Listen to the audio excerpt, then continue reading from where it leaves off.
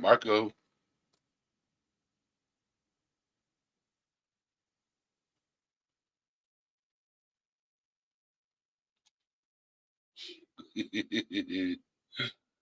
uh,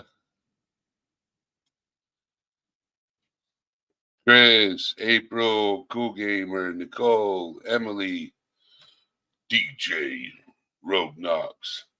So I will tell you this, okay? Um, sorry. So I woke up at 7 p.m. I was sleeping and I woke up and I'm like, oh boy, I've been sleeping this long. It's time to get up and get my stuff together. Well, I was up earlier on in the day. I just got real tired. I was wicked tired. I'm like, I'm asleep. And then I'm like, I got a message from Emily. She's like, you doing a live today? I'm like, yeah. Let me get my stuff together. Let me get ready. Let me get situated. And here I am, live an hour later, an hour late. At least they didn't have it scheduled at 7 p.m. and people waiting an hour. That would have been embarrassing. So, how's everybody doing tonight, or this evening, or this afternoon? Go through. Hurry up. Go through. Yes.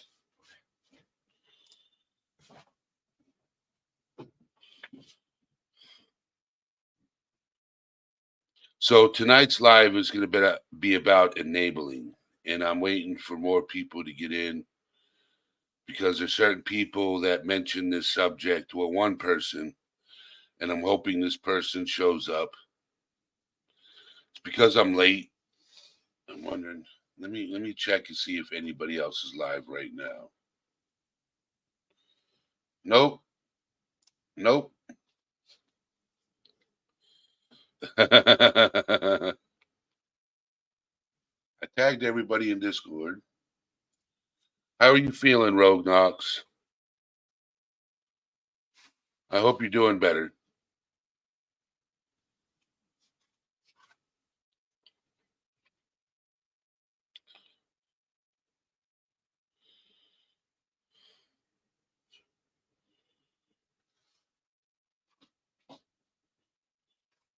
Oh my God. First, it's you had a cold, now you have a fever. Man.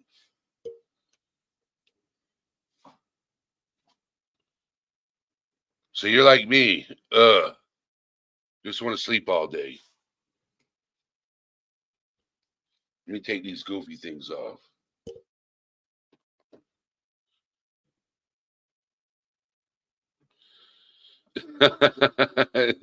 I feel like we could do a whole stream just throwing around Alanisms.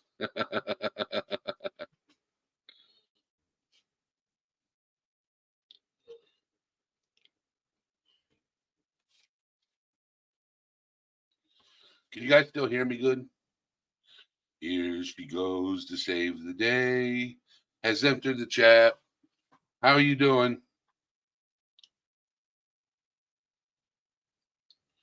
Got some people coming in.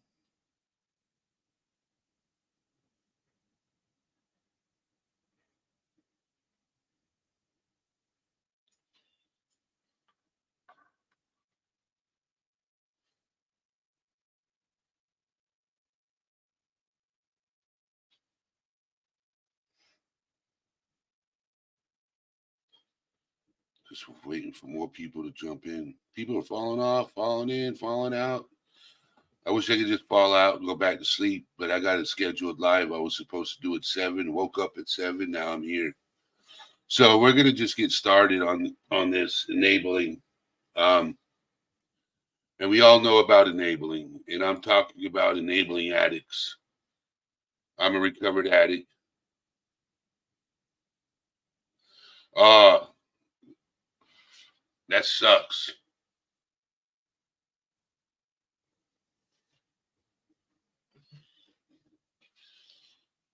So how many times do you stop sleeping in the middle of the night? Just asking.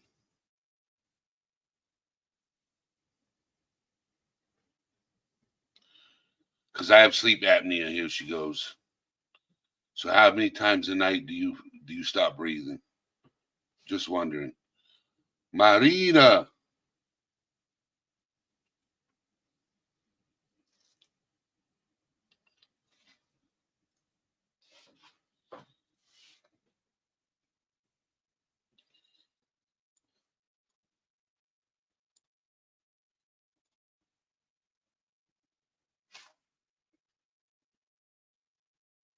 Marina's like, um.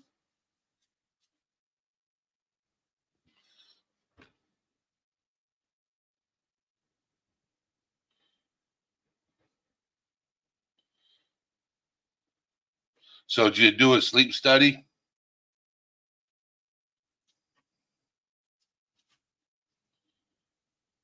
Did you do a sleep study?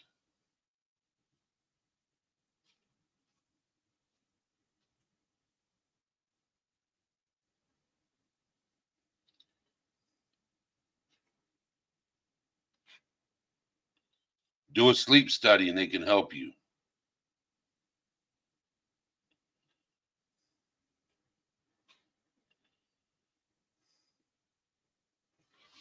Because it also could be the way you're sleeping too. And the airflow. Okay. All right. So they give you a CPAP or a machine to help you breathe.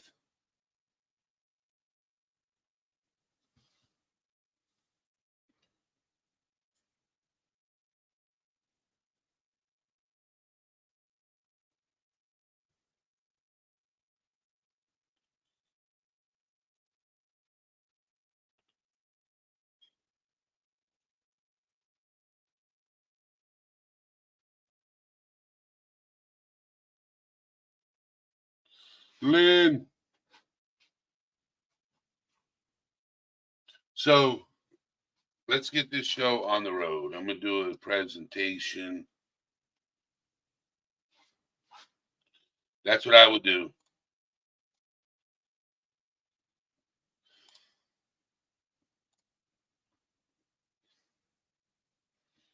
So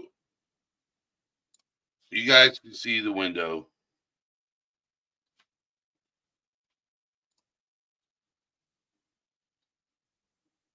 So we're gonna start up here. I went to a website called the Stout Street Foundation.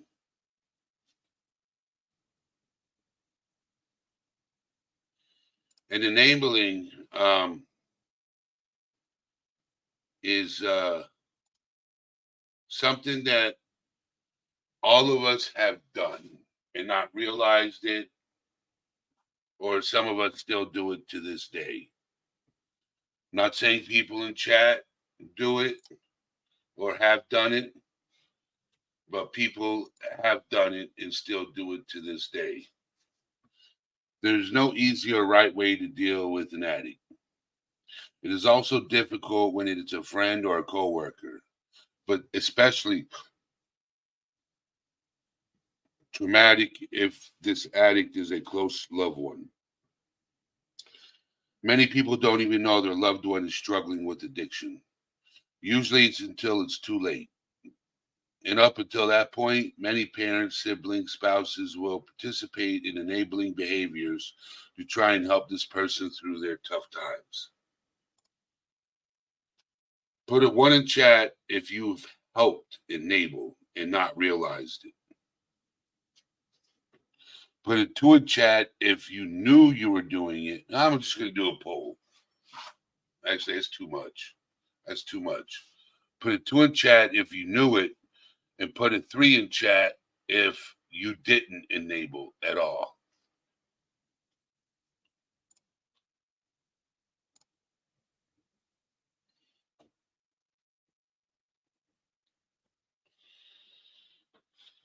DJ Rogue Knox throws that four in there.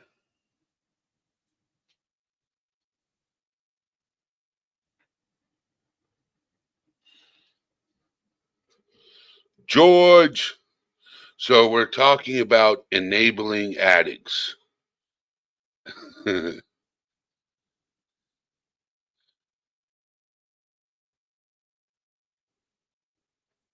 Okay, so you'd be the number 3. You wouldn't do it. And yes, George did skunk me last night, which is a good thing, George. That is a good thing. That is a good thing. Okay? Because George, I used to be an alcoholic and people used to enable me all the time. Hey, you want to go out drinking? Hey, you want to go out drinking? They used to enable me all the time, knowing that I had an issue, but I was a fun person to party with. Okay, one is if you helped an addict and didn't realize it. Two is you knew the person was an addict and you enabled them anyway by constantly giving them money. And three, well, one that is an addiction, George. Um, that is an addiction. Yes, but that's not the type of addict we're talking about. Not tonight. And I don't think I could cover that problem because I don't have it, so I don't know. I usually do things I can relate to. And then I do some things that I don't relate to and realize I related to it.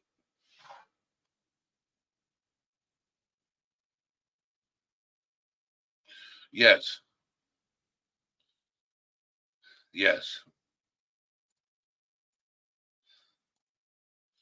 That is correct, Emily. That is correct. One and two, things can get really complicated when you have a loved one who is. Or it could get complicated when it's your own sibling. Enabling can seem like an easy way out and can often create the illusion that the person is actually helping their loved one when in fact enabling can often do far more damage than good when it comes to the recovery of the addicted person. And here's why. As difficult as it may be to watch or witness, two, addicts and alcoholics will be unable to make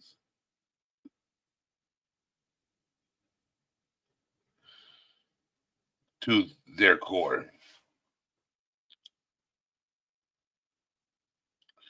So the value of rock bottom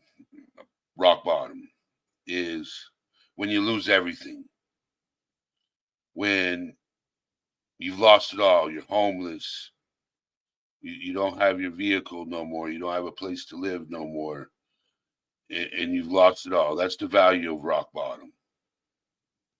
I've lost it all. I was really bad. Um, to the point where I needed help. And I had friends that didn't support me in the way they should have. They fed into it. I always had a job, but I didn't have everything else. Until one day I was sitting in my mother's vehicle. I still drove, but I was sitting in my mother's vehicle and I was contemplating driving off a bridge or going and getting help. Well, I never drove off the bridge, but I went and got help.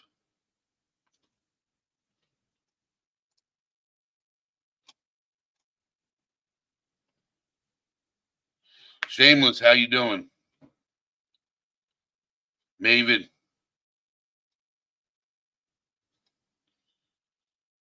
when you can't get any lower, that is correct, Emily. So here are the signs of enabling. It often can look different in each family, depending upon their personal situations, financial situations, and the possible presence of an addiction. In the family, however, 9 times out of 10, there are certain behaviors and warning signs that indicate a person is enabling an addict.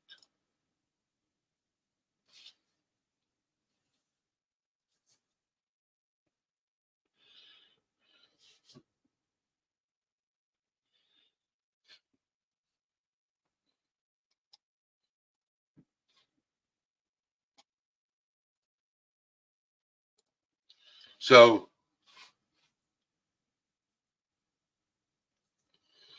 loaning your loved one money, making excuses, being a savior. This ties to the previous warning sign, but this can look like anything from repeatedly picking them up while they're inebriated, bailing them out of jail, paying their bills or rent when they have spent all their money, letting them move back into your home,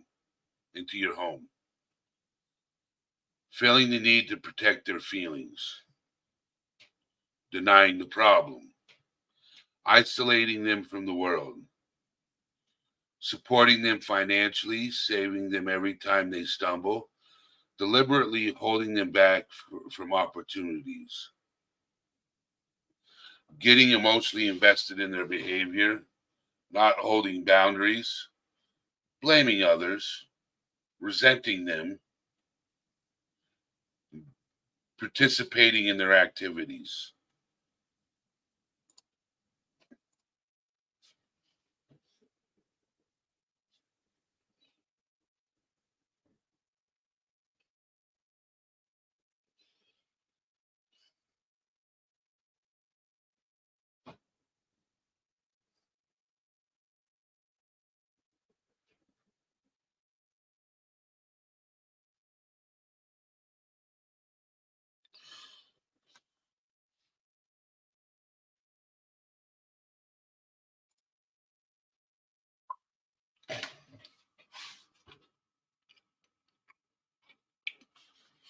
So, those are signs of enabling an addict. Getting help is, believe it or not, the hardest thing to do.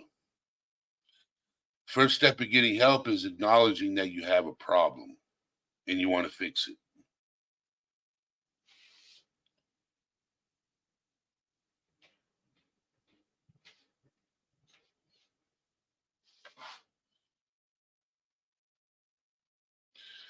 Hey, Shameless, would you like to come up on panel and talk? Just asking.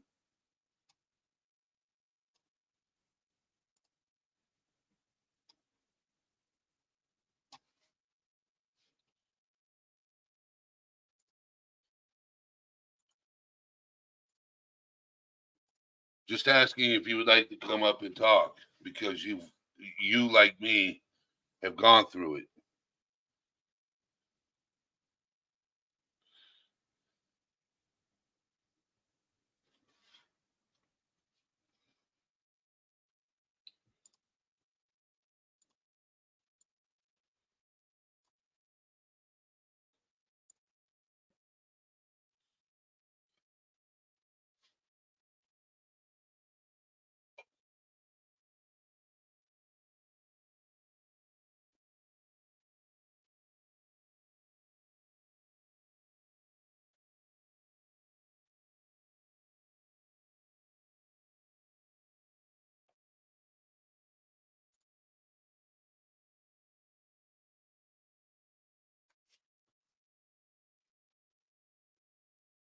And if so, I'll drop you the link in Discord if you want to come up.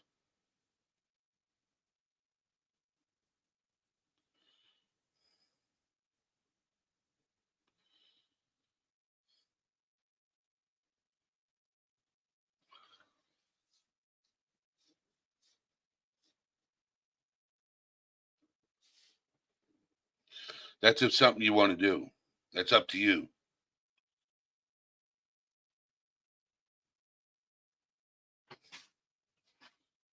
That is true, Maven.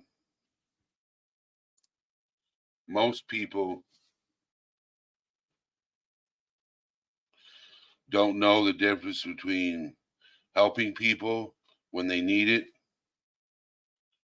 and enabling them. Enabling them can kill them, so you can't do anything.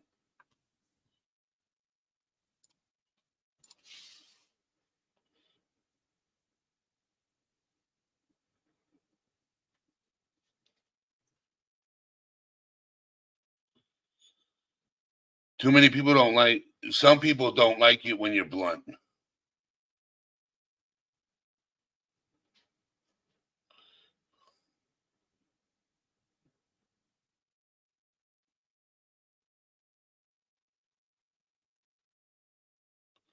Yes, the manipulation tactics an addict has are brutal. They are, Nicole. They are. Trust me. I was good at it. When I was an addict, yep, I was good at it. I can make you believe that I didn't have a problem.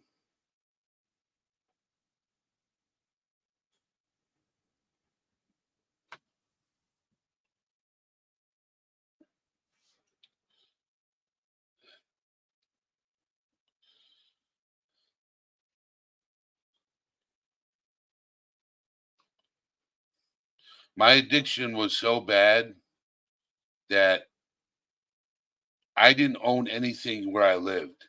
Everything I owned fit in a duffel bag. That's how bad I was. I lived out of a duffel bag. I didn't own anything. I literally lived out of a duffel bag.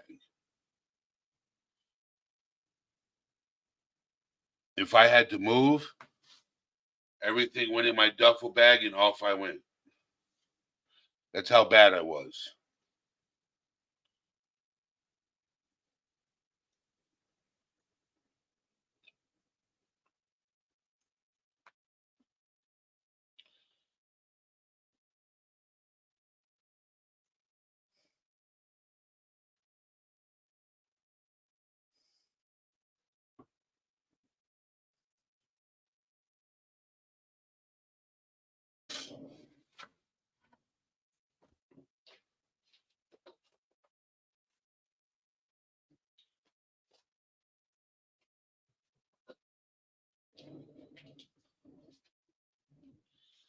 All right, I'm gonna do that right now, Shameless.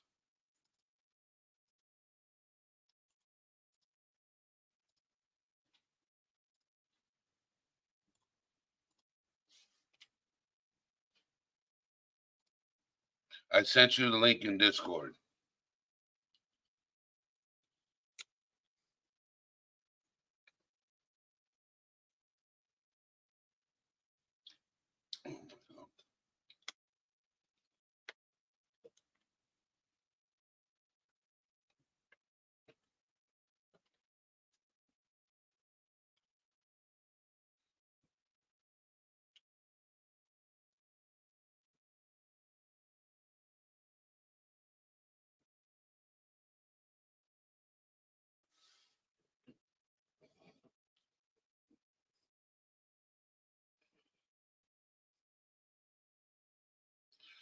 So I'm reading Emily's comment. My enabling didn't happen because I couldn't be honest or blunt.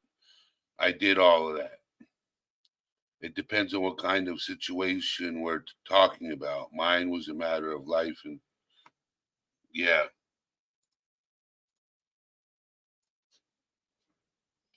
that's tough.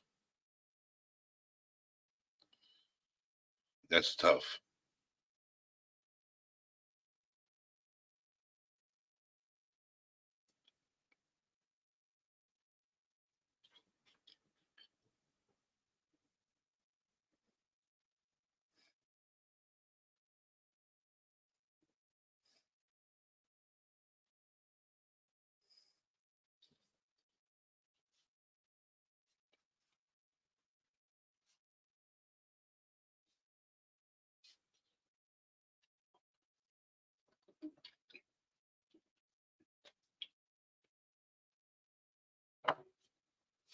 So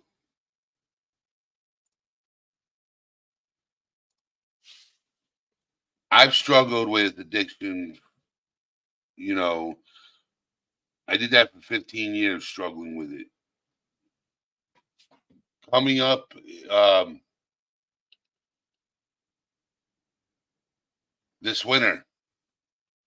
Well, December 31st, January 1st of 2025 will be 13 years of sobriety.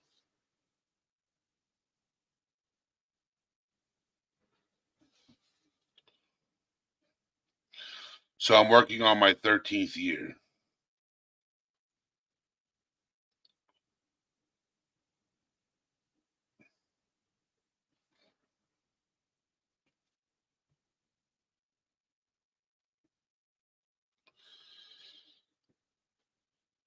Oh, it's been a struggle, I will tell you that, because I have an acquired taste for drinking. I have an acquired taste, and it's a struggle because I didn't do it because I didn't like it. I did it because I liked it, and I did it because it helped me cope. Thank you, Golden. But the thing is, right, is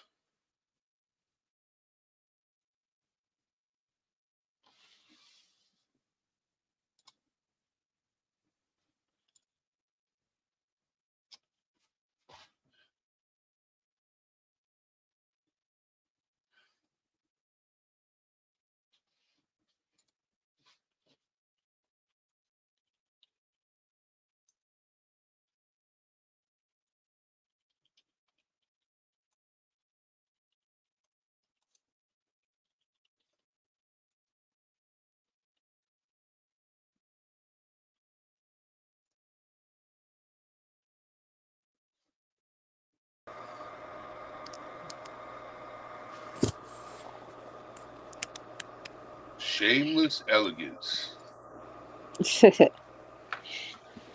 What How a you name. doing? She is elegantly shameless. Oh, I'm doing just peachy. Okay.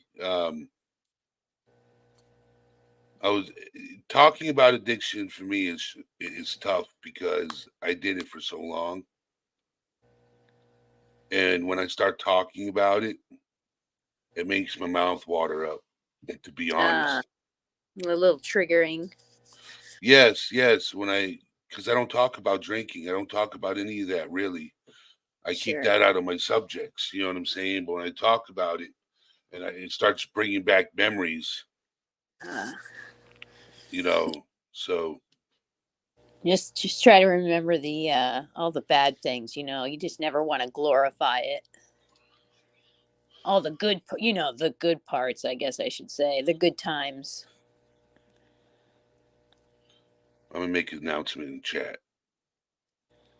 All right, can we please stop asking for phone numbers and exchanging phone numbers, please, in chat, or just asking people for their phone number, or giving away phone numbers. Um, I don't appreciate that. Can we please stop doing that? Oof, that's ballsy. People gonna get a lot of calls tonight. Just wanted to say that. Sorry. This is not a platform for it. This is a platform where we just talk mental health. You know, I offered to give my phone number through an email address. That should be all that needs. We don't need to be asking everybody else to have phone numbers. Just saying.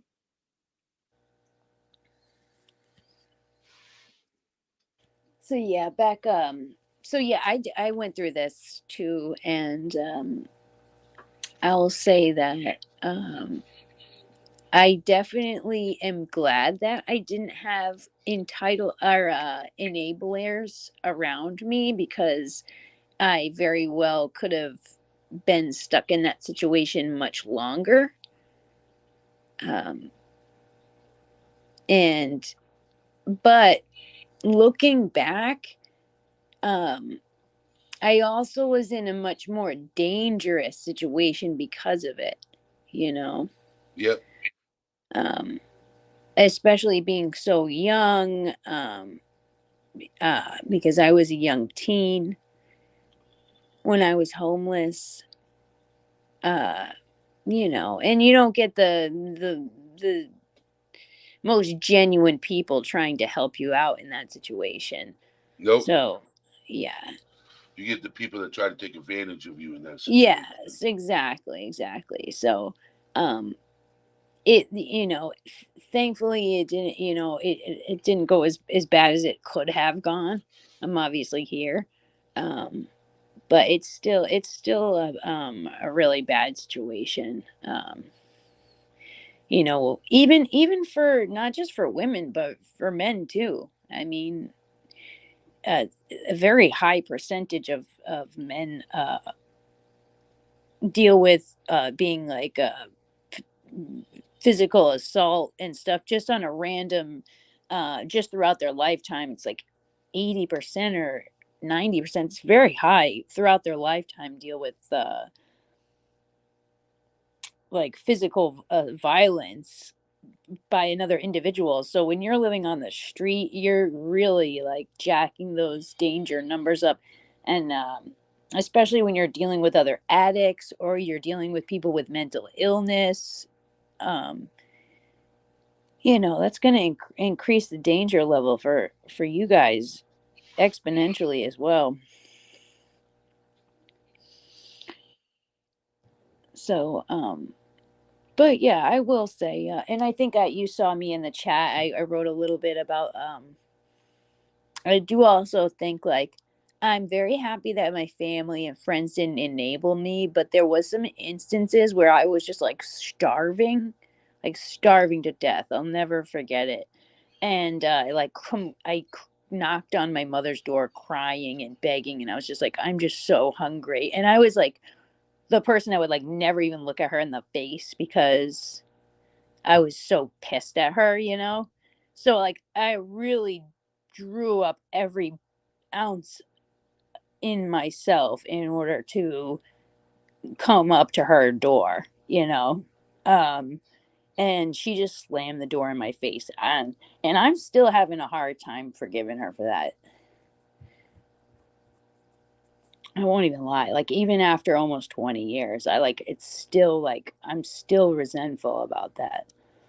Like I just feel like she could have just thrown me anything. She didn't have to throw me money or put me up in a place or anything.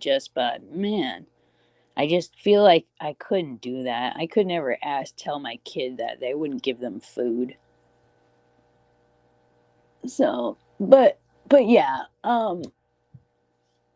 I'm not sure if the lack of enabling came from like a place of love and trying to be supportive, or just simply because they're just not a good support system in general. That's why I was like, even if I was hard up and something happened and there was no drugs involved, I still couldn't ask for help. It was a weird situation. Yeah, Rogue's like, yeah, that's not what I mean by tough love. Oh, no. When I'm you're sorry, I asking, can't see the chat. yeah. So Rogue was talking about tough love. She's like, yeah, that's not what I mean by tough love. Like Oh, if no, someone no, of came to the course not. door asking for food, I'm pretty No. sure she would have fed them. Yeah. But tough love is different. No, I am totally for tough love. Like I said, I definitely would say that it saved me. I would have probably dug my heels in if I was in a good nice little comfy situation during that time. But the reason why I, really got myself together and got a good job, actually is how I met Michael. Was which this is how we met. I was living on the street, and he was working for AT&T, and I decided about a week or two prior that I was not living like this anymore. And I got myself an interview. I ended up going to the thrift store and buying a suit for an interview for like $7. Um, and I went to the interview. I got the job, 100% commission with no experience. Uh, and they were like, hey, it's 100% commission. So it's, there's no risk to us. If you don't make any money, then if you don't sell anything, we don't have to pay you. So come on. And I did. I took the job and slept outside the first night and then went back. And it was only a day, maybe 2 days in, that they like kind of figured out my living situation, because uh it was Michael that was giving me a ride. He was like, oh, where do you want me to drop you off? And I was kind of like, I don't want to tell him to drop me off too close to the office. And then I was like trying to get him to drop me off at a place that was like a food Dunkin' Donuts, McDonald's like place. And he was like, what, are you like worried that I'm going to see where you live? Or like I was embarrassed about where I lived or something. It was a whole situation. And I was just like really emotionally broken at that point. I like broke down. I was like, this is the situation. So, and then I moved in that night. Um, and he was living in like a rooming house with a bunch of other people, like 7 other people or something. It was a bunch. It's not technically a rooming house. They rented a home and they each rented out a room. Um, and so we worked it out with our boss, that was the boss above us, that I could stay there and rent the couch for $50 a week. And that, when I got paid in 2 weeks, that I would, pay that off. Uh and like right like that, I got up on, I got a place to stay. I started getting a stable job. um they all lived together, worked together, so it was a good support system where they're all like together 24 hours a day. And really, and because everybody worked at the same place, I didn't have to get a ride to work. And like really easily just got out of that situation pretty quickly. So it worked out. It worked out. But it just goes to show you, when you like really, really, really put your mind to it, it doesn't take much um to get yourself out of that situation when you're 100% dedicated, you know.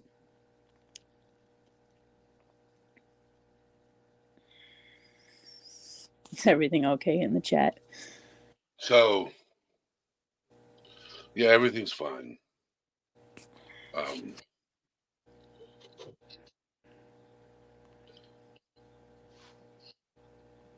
and how long have you been together with him now? Oh, 15 years. A little, almost 16. Isn't that amazing? Yeah. 16 years almost. Yeah. When did you guys get married? On the 3rd year. So we're at 13, about to be at 13 years of marriage. That's awesome. Yeah. Yeah. And it was like, and we traveled the world. Not the world, we traveled the nation together. Like moved all over the country. And we had a good time. We've had a great run. I have no complaints. And I also like learned a lot. Like I can't say enough of like how much like meeting Michael uh has done. Is he like really was, and this isn't for every relationship, it might not be the right thing for everybody, but like he really took the time to like teach me like how to be an adult, I guess I'll say, or like, and how to like have proper healthy coping skills, and you know what I mean, and like do stuff that I feel like I really wasn't taught.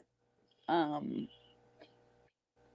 how to be, to keep being productive and self-motivated and all of those things. And he was doing that stuff for his team in the group of people under him anyway. So I just like felt like I fell in line pretty easily and wanted to learn and wanted to change and just soaked up as much as possible.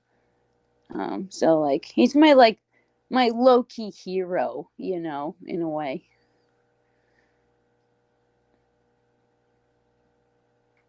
I know it sounds corny, but It's not corny. It's not corny at all. So there's nothing corny about, calling somebody, well, a lifesaver, I would yeah, say. sure. A lifesaver. Because you are your own hero. Just saying. Yeah. You know what I'm saying? He was just a lifesaver. Sure. I mean, it took me to want to do it, but he definitely like was my inspiration. Mentor. Yeah, mentor, like 100%. Taught you things about life you didn't know. Yeah, that's why I was like, it's in a weird way he like did the parenting my parents didn't do. And he came from a great freaking family, like a little house on the prairie, freaking great family. Little house on the prairie. Dude, that's what I swear. His family is like that. They're like the most loving, freaking best people ever. But yeah, he was kind of able to give me all that, that support that I needed, and then like weirdly enough, like we've kind of like done a little bit of back and forth because like I came from a totally different type of life that he did, so there's like a lot about life that he didn't get to learn that I was able to teach him. Not on the same level, obviously, but you know what I mean? There's a different life of like the upper echelon of lifestyle versus like the lower echelon, and like just being really blunt and like knowing people's intentions and, stuff like that. I was always a little quicker with the street smarts. You and your family get along now? We do now. Yeah. But that's just because like I've come to a place in life. I think I was around 30, a little bit before 30. I just like came to a place where I realized like that I just need to be okay that they are never going to be the people that I need them to be, and just realize that they're dealing with their own mental health stuff and just have some grace, and lower my expectation a little bit. And that has made things a lot easier. Like as messed up as it might be to say, like I almost treat my family as if they're like have mental problems or, like, yeah, like almost like children. Like, oh, it's okay. I don't expect you to,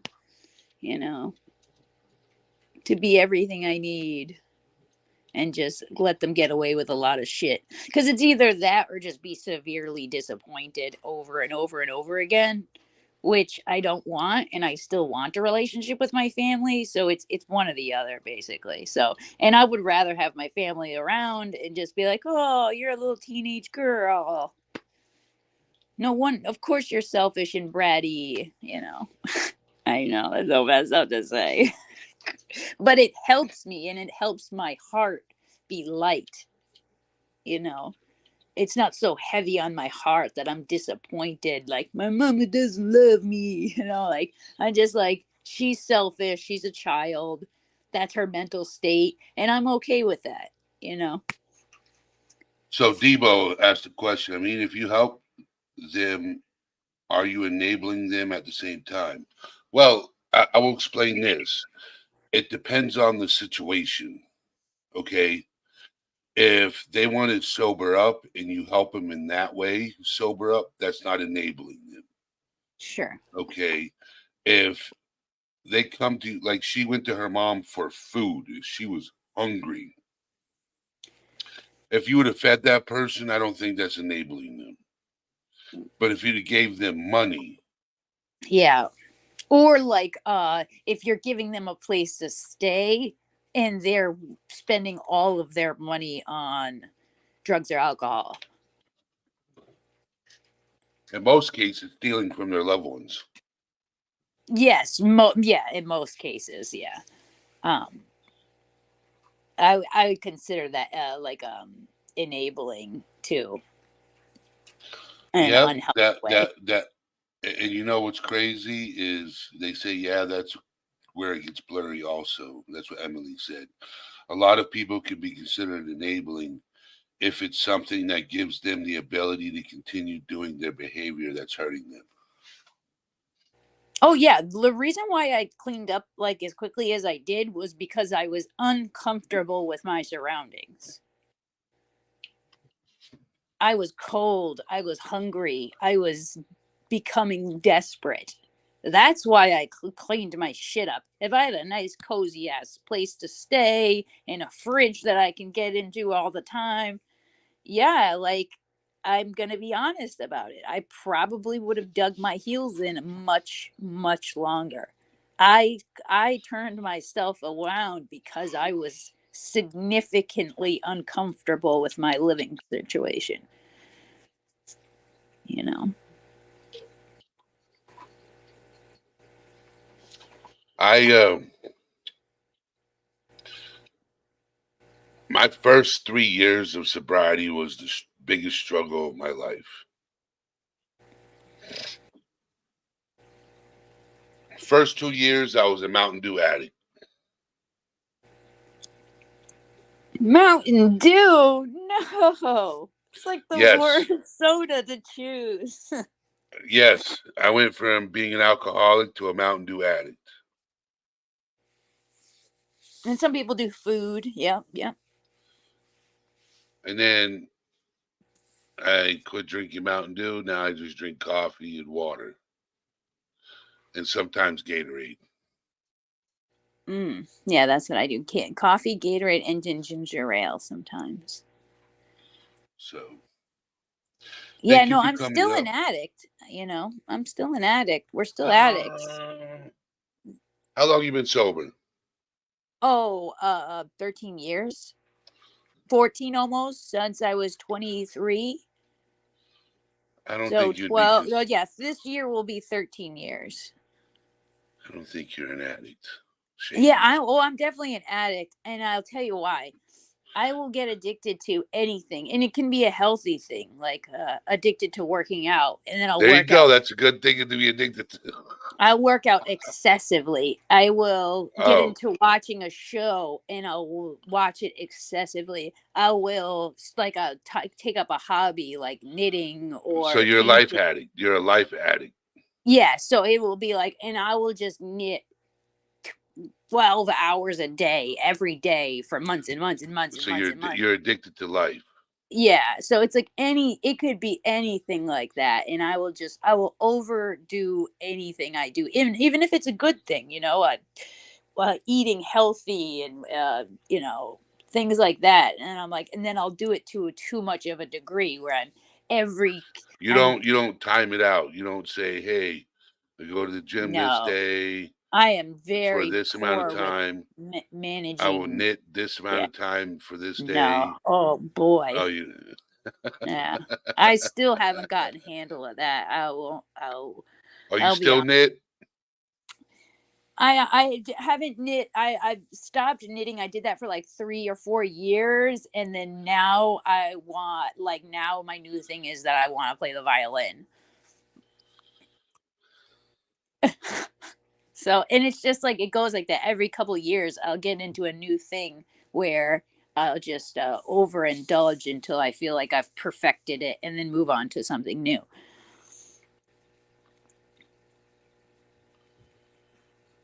That's good. Animal Rescue did that too, and then just went boom. I want to save all animals. It's just, yeah, that's How did just that me. work out for you?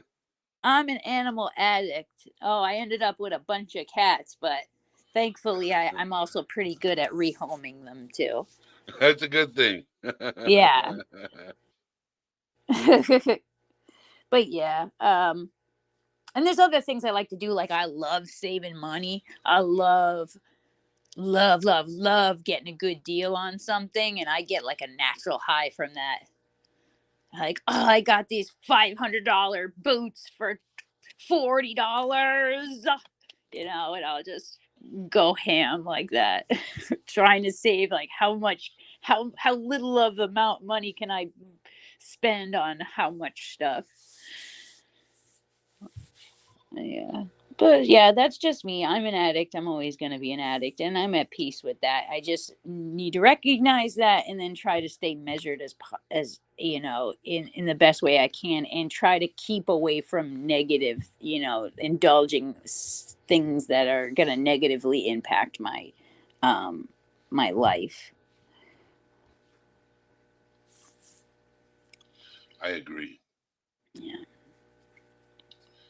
So thank you for coming up and You're sharing your welcome. story, because everybody's story is different Of course. and addiction is different and how we sober up is different.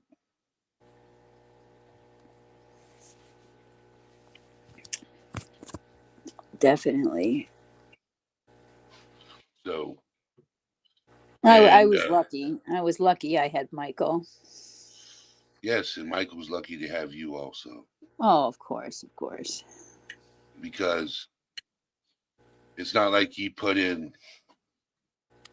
13 years and you didn't, or No, 16 of years. course, of course. I was thinking about it in the aspect of like, how Yeah, hard would it have been for me if I tried doing that alone? it would have been difficult. Yeah, yeah. I love how the chat has conversations. Oh yeah, the boy like they always do. I do too when I'm in the chat. I have a whole side conversation.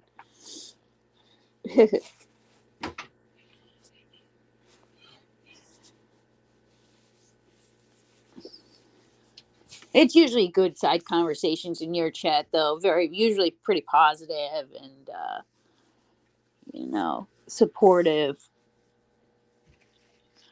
I wish that you could open the chat on the StreamYard and not have it cover the entire screen. Like just half of the screen would show the chat, you know, and then you can still see the rest of the panel. But When I do that, no, I mean like when I open up my chat on this side so that I could see the chat, it closes the whole screen and all you can see is chat. So I have to choose between like seeing you, seeing the panel, or seeing chat. You can't that's see awkward both. because on my side it's different. You can see both. Yeah, Oh, well, that's because you're the streamer. So when I'm doing that from like when Michael's streaming, I have the ability to see both. It's like on the right hand side, I think. The chat's on the right hand side, and then the rest is all out. But if you just like click in and go up, like when you go up on Michael's panel, you don't. It doesn't. Or you just don't read chat while you're up there. well, I read chat because I have it connected to YouTube. Oh well, maybe it's just because you're from a computer or PC, and I'm from a phone. Yeah, I'm from a PC. Yeah. That's Yeah. probably what it is then. Oh, you know what? I've been on StreamYard through my phone. Oh yeah, because you got to click on the chat icon You gotta on your click the phone. chat, yeah, Yes, and then it brings it up. yes. So I get what you're saying now. Yeah, from your That's phone, why, that's what you have to. yeah, that's why I barely ever read the chat, Okay. and I'm kind of used to it now because you know certain areas you just like you don't want to read the chat 'cause it's either it's too distracting or people are saying nasty things and it throws you off. So So you want to be invested into the conversation. so the only person that can pop out chat is the streamer itself. Okay. If I'm correct. Give me. I'm gonna see something. The only person that can what chat? Pop out chat. Oh, like the little bubble, you mean? Yes. Yeah, yeah. Unless you have I think unless you have like somebody who is a secondary Yes. like admin or something. Yeah. No, Yep. I can't highlight comments. Thank gosh. I would hate if all of my panelists could just click at randoms. That would be very hectic very quickly.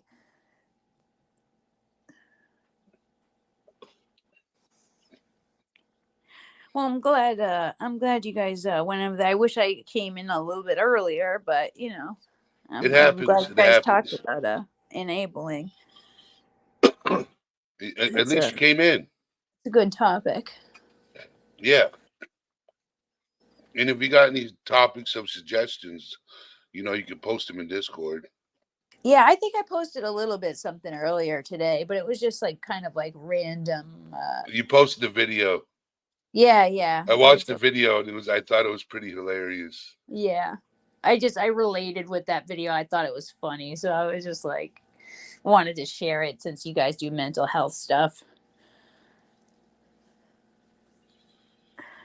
You could probably, so I need to get some females up on panel to talk about love languages. Oh, okay. That'd be a good Oh, live. hey, hello, Christopher. Yeah, definitely. I wouldn't mind coming up for that one. There's a bunch of them. There's like gifts, acts of service, all a bunch of Yeah, different. so I get you and Kanye Corso to come up. I love having a guest up on panel to talk about the subject I'm covering. Like yesterday, I had Rogue Knox. I'm also doing a Q&A this week at some point. A Q&A, is there about a specific thing about you? No, or what's the topic? yet somebody's coming up and asking me questions. Oh, okay. So it's going to be a little bit like an interview, huh? Yep. Why I do what I do, everything. Gotcha. What That'll made be me nice. start this channel? I don't know what the Q&A is going to be about. I got no clue. I had somebody collect questions and write down questions. And I was going to just say that it would be good to have a little bit of an idea. This way you can kind of marinate on it, Actually, no, I'd rather not. You know why? Really? Yes, I want to make it real. Well, no, I would still think it would be authentic from you either way. But, just like sometimes then the first thing that comes to your mind isn't like, I don't know, it's not as detailed or as... Oh, I'm a detailed person, sweetheart. Well,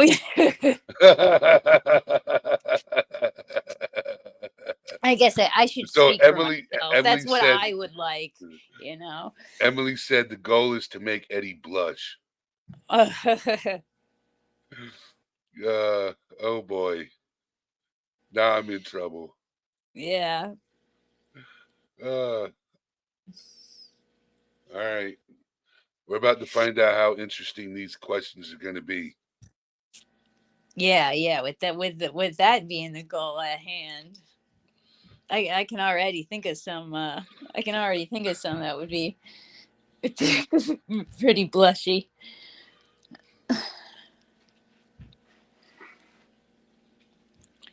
Rose hated. How are you? But yeah, if Kane wants to come up and some other ladies, I'm sure. Yeah, I'm working on it. Yeah, I want to get a panel full of ladies and they can have the free reign talking about love languages. Yeah. Because I'm not good at it. And also, I actually wouldn't think it would be too bad of an idea to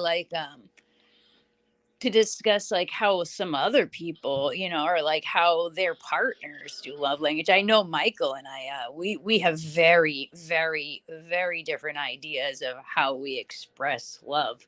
Like me, I am super sentimental, like a sentimental fool. and he is not. He's like not very like sentimental like that, but shows through like a lot of acts of service, you know. Um, Okay. and I, and I'm like, whatever. Like you did that for me. That's not to me. That wouldn't be big. Big things for me would be like, oh, you remembered my favorite color I told you a year ago, and you know, or something stupid like that. I'm like a big corny cornball like that. Handmade, something handmade, and um, you You know, like things really, with value, sentimental value. yeah, I will like really put a lot of thought into a gift, and At first, Nicole said you thought you said GIF. You oh no, know, no, no, she thought at first you said gift, and she's like, "Hold on." huh? Yeah, that wouldn't have made sense to me either. But that's okay. I'm used to it at this point. Like you know, sometimes people just you know they express things. Yep. I like to make. I also like to make everything very nice and like to have the atmosphere a certain way and present the food in such a way and you know put flowers on the table and make it very like very intimate and stuff like that. Michael would be like, whatever, just plop the food down on the table. I don't care. I'm just gonna gobble it down anyway. But like I like to do that and I like to care you know, I like to care, do like little small things like that, or, you know, grooming a Yep. partner, you know, helping him with different things. I love All doing right. that. I All love right. doing his beard. I love Okay. doing, you know, Yeah, let's save that subject for love all that languages. stuff. We'll Yeah. save this all for love languages. Okay. You do your thing. We about to turn this thing in from enabling to love languages. Oh, yeah. Okay, we'll get you there. But This would be a good topic. And we can get Mike definitely, up on panel too. yeah. Definitely, people have very different ideas of how they express affection. That is a good topic. Yep. All right, Shameless. All I'll right. keep you. I'll You have a keep you. good night. I'll let you know when we talk about love languages. Definitely. So thank you for coming up, my friend. All right. You're always welcome. I know. It's always a pleasure to come. All All right. right. Bye. Bye. All right, everybody. Thank you for making this wonderful live. You guys are an amazing community. Ro the Hated, it's good seeing you. Sorry this live was late past my schedule. But I'll be back at it again tomorrow at 7 p.m. Make a one man type. Good job. And I will see you guys in Discord about 11:30 p.m. Okay? Eastern time. I will see you guys then. Later, everybody. All things serious out.